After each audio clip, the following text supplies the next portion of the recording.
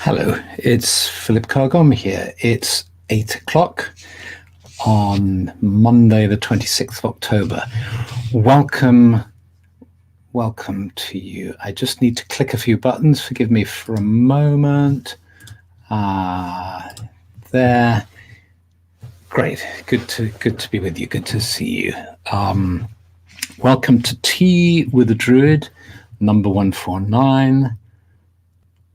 From the Order of Bards, Ovates and Druids. And welcome if you're watching live now, and welcome if you're watching one of the recordings.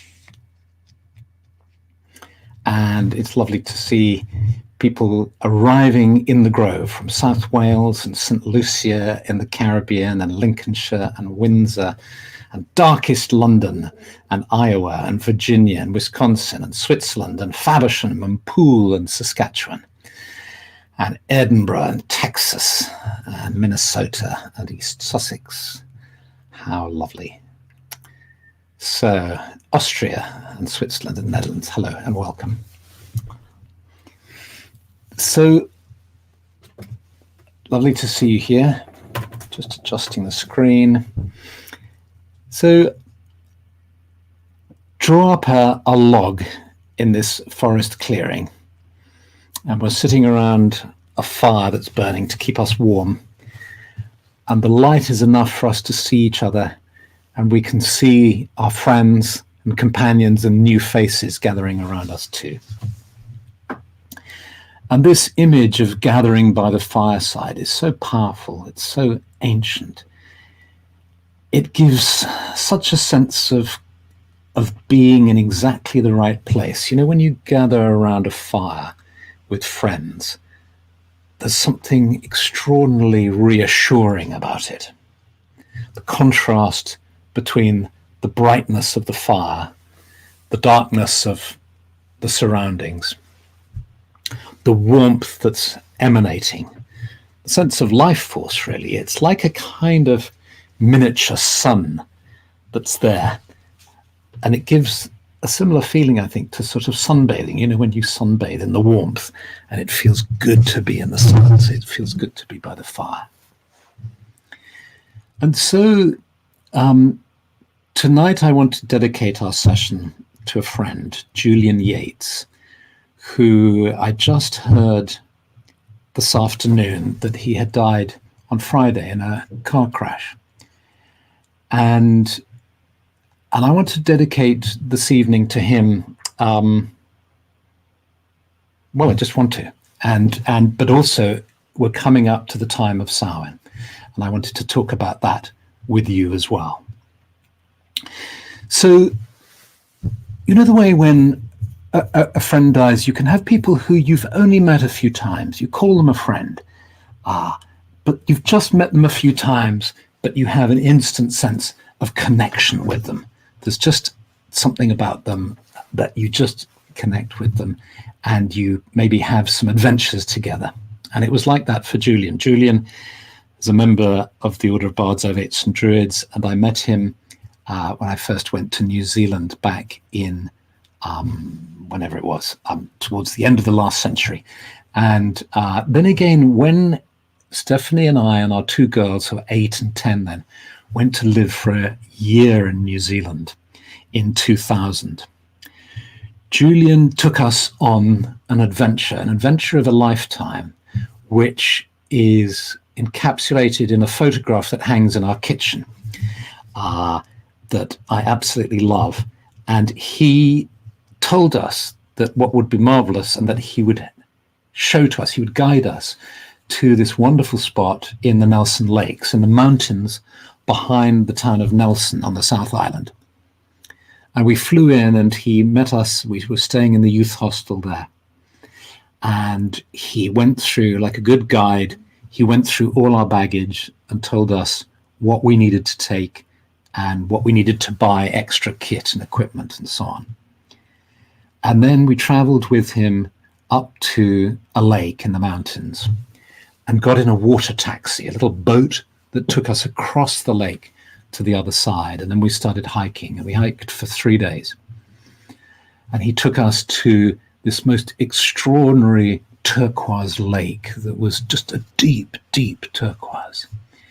He took us along a rushing river up and up into the mountains.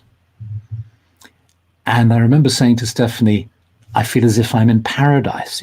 If I died now, I would be happy. I would have, because I've seen heaven. I'm here.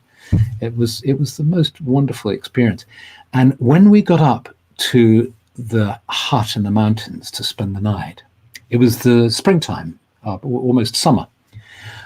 When we woke up in the morning, it had snowed. There'd been a freak snowstorm, as you can get in the mountains, and the whole scene was utterly magical. Suddenly it was Christmas. There was snow hanging from the trees, and we were walking around in the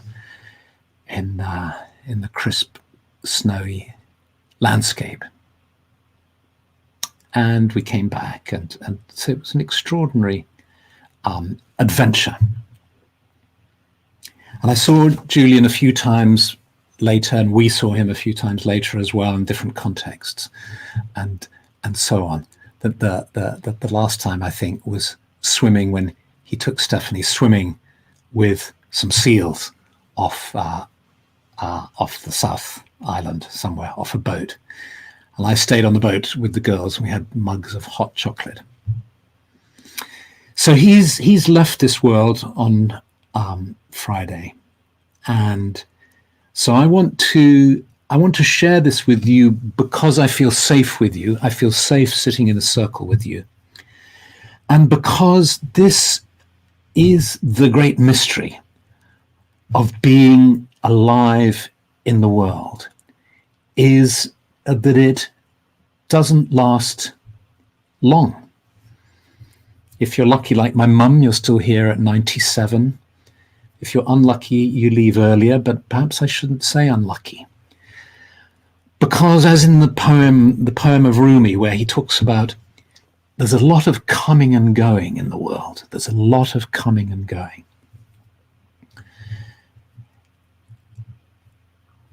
Every moment, one person leaves, two people arrive. One person leaves, two people arrive.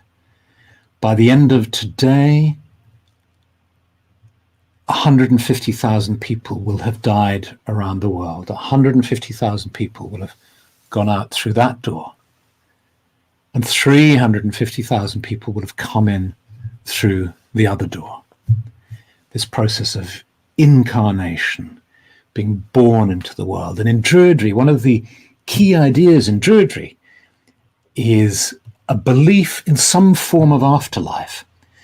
And Druids are very, we try to have as little dogma as possible in Druidry. That's one of its attractions, frustrations for some people, attractions for many of us, is that there isn't the imposition of a particular doctrine about metaphysics or theology in Druidry. However, one of the things we know from the ancient Druids is that they believed in reincarnation, in metempsychosis, in fact, in the ability to also turn into animals and plants, to become a tree, for instance, as the Buddhists do. Whether you believe it or not, I think, I don't know, it'd be interesting to do a survey sometime, but I would imagine the majority of people who follow Druidry probably believe in reincarnation, but maybe I'm wrong. We'll do a survey one of these days. And so that gives us an interesting perspective. It gives us a perspective that perhaps makes it a little easier to cope with the grief and the sadness of people leaving this world.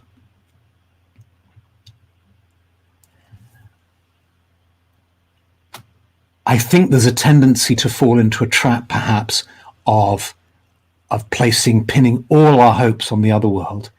And the danger in that is you don't fully engage in this life here and now. There's something very powerful and salutary about treating this life as if it's the only one you've got. You're fully present to this life. And so my sense is that the ideal approach to this whole question is to be open to the idea of continuity of life in some way, whatever that is, beyond physical incarnation, but also not to view life as a process that we are trying to transcend or get away from, or that is not the main experience. The difficulty in believing in the afterlife is that life in this life can be seen as second best. The true life is the life beyond the body. Life in the body is a temporary, transient period that may well involve suffering. And it seems to me that that's not a helpful way to see it at all. But to say to oneself, I'm going to be fully engaged with being incarnated, being living in this world with as much love and hope and inspiration as I can muster, and of being of the greatest use and help to others that I can muster. But at the same time, seeing that every moment somebody is leaving, every moment somebody is arriving. And therefore, there's this flow of beingness, of being, that is traveling through. And we're coming up to a period which is known as Samhain, which is the time when we think about these things and where we honor the dead and honor our ancestors and really tune in to them and send them our love and give them our blessings and ask for their blessings too. And the Samhain ceremony is one of the most beautiful ceremonies, I think. It's been interesting listening to the fireside chats of Ema on the chief of the order on Thursday evenings, which are live on Facebook and YouTube. And she asks the people that she interviews, which is their favorite festival. And many people talk about Samhain, and Gail in last Thursday's broadcast mentioned how she loved Samhain. It's a very beautiful and powerful ceremony where you invite the ancestors in, and you have a feast of bread, salt, honey, and wine, which you cast some onto the fire, the idea being that it transmutes into subtle, ethereal food and drink, as it were, for those who have departed to feast on, metaphorically or literally, if you want to believe that, or metaphorically, symbolically, spiritually. And you also partake of the feast as well yourself. And this is going to happen. The period of Samhain is actually these Celtic fire festivals. The period, it's not a fixed it's not like the astronomical festivals of the solstices and the equinoxes, which are tied to specific astronomical events. The fire festivals of Samhain, Beltane, Lughnasadh, and Imbolc are periods of time, and we fix them in the calendar and give them specific dates, but actually they are periods of time that may be shorter or longer depending upon the year, how we're feeling, what's happening for us and what's happening in the world, and so on. And I talked in an earlier tea about how, in a way, with the pandemic, we're going through a whole Samhain period for humanity. And certainly for us personally, with Julian passing on Friday, we're in the Samhain period now for us. And at the weekend, the traditional dates of the 31st of October through to the 2nd of November, 1st of November, those 3 nights will be the nights of Samhain. And on one of those nights, we will celebrate our Samhain ritual here at home. And I know many of you will be celebrating it too. And so what I wanted to do is I'm going to light a candle now for Julian, a beautiful candle made by Ziggy, who again was one of the people who Ema interviewed 2 weeks ago. And a really interesting interview. And so I'm lighting this for Julian and sending him love and light on his journey. And I know by doing this with you in this big circle that even though some of you may know him, but even if you, I have to use another match, it's a a new candle. It's such a beautiful candle. I've been resisting, but oh no, it's light, but you can't see it. Where can I put it? Oh, I know. I'll put it here.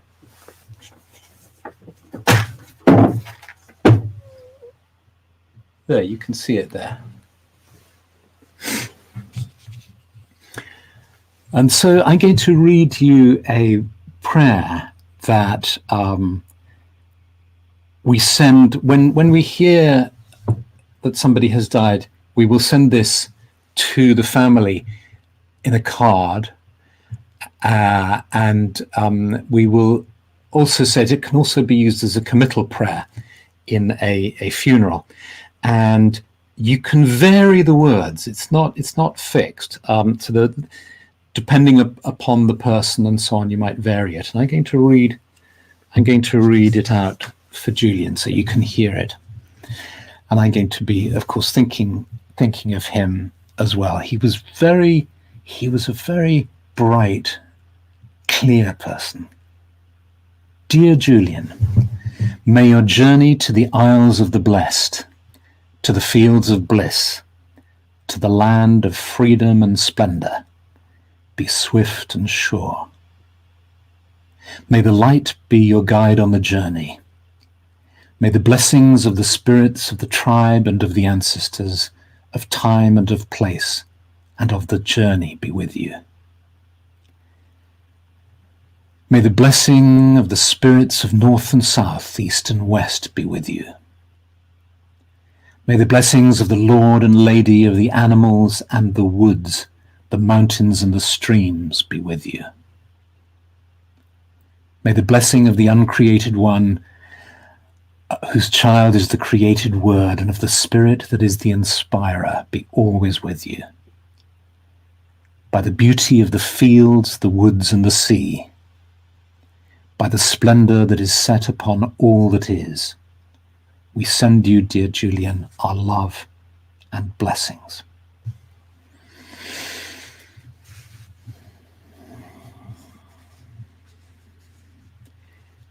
So if you like, do join me in a meditation now, seated in the grove,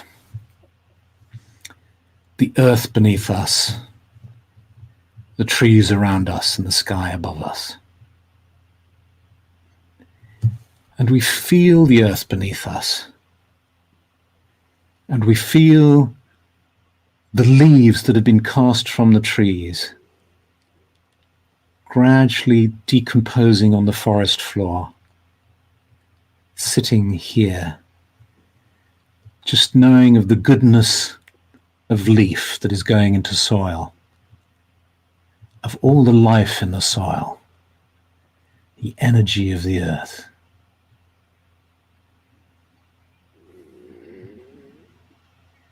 And as we sit here, we feel grounded, we feel blessed for being here on this earth, for being seated together, those of us seen and unseen, those of us who are seated in this circle, who are incarnated on earth now, who are in bodies now on earth, but knowing too that there are those who are not incarnated, who are with us, beings who will perhaps become human again, beings who are perhaps nature spirits.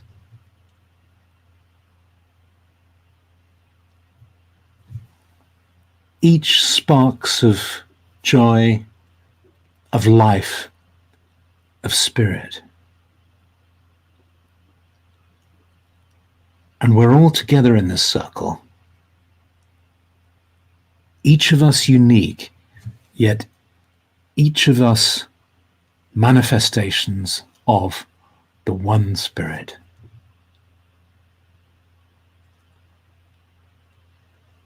And to be able to surrender into that sense of being both individual and particular, which we can sense in our consciousness, and at the same time being able to be open to the fact that we are one, to the sense that we are one, and we feel ourselves one with this circle of beings, one with the earth, one with the trees, and one with the sky above us.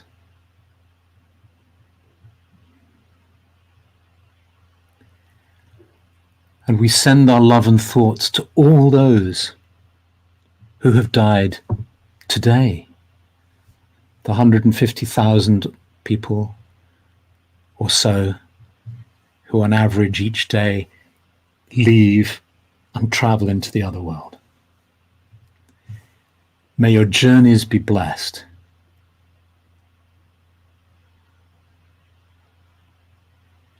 And we send our love and our welcome to all those who arrive. Currently, on average, about 350,000 a day, arriving, being born, incarnating. Welcome to this earth. Welcome to this earth. May your lives be blessed. May you experience joy and happiness on earth.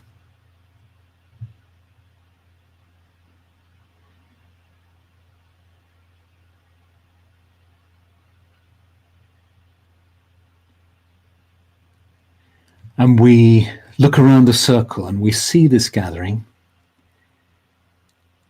or maybe sense it. Sometimes lots of us don't see clearly and just sense it. Maybe we just sense being in the circle. Maybe we see or get just a vague sense of sight of this circle around us. And it's good to be with you, and it's good to be together. And that feeling of solidarity and community is here. This community of beings here in the circle. And imagine now, if you will, putting the palms of your hands on the earth so you can feel the leaves, you can feel the earth beneath you. And in feeling the moisture, the leaves, the earth, we give a blessing to the land, a blessing to the earth. And then we bring our hands up, and imagine bringing your hands up to your heart, and you can do this physically, or you can just imagine it, holding your hands over your heart. And we ask for a blessing on our lives, a blessing on the land, a blessing on our lives. And then as we open our hands in a gesture of giving and openness, we say a blessing on all life. And then gradually you allow your awareness of being in the circle to fade as you become fully present to being seated here in the circle together.